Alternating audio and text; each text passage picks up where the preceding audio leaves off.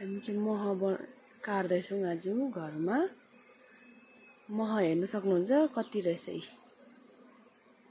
Oh my God, सबैमा मह रहेछ है। नयाँ चाक्का रहेछ के यहाँ त। यो डल्लै मह हो।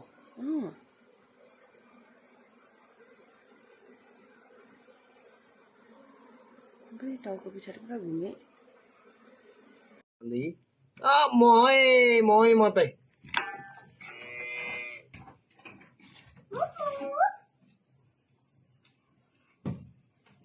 त्यो पनि हो। कुटसँगको यो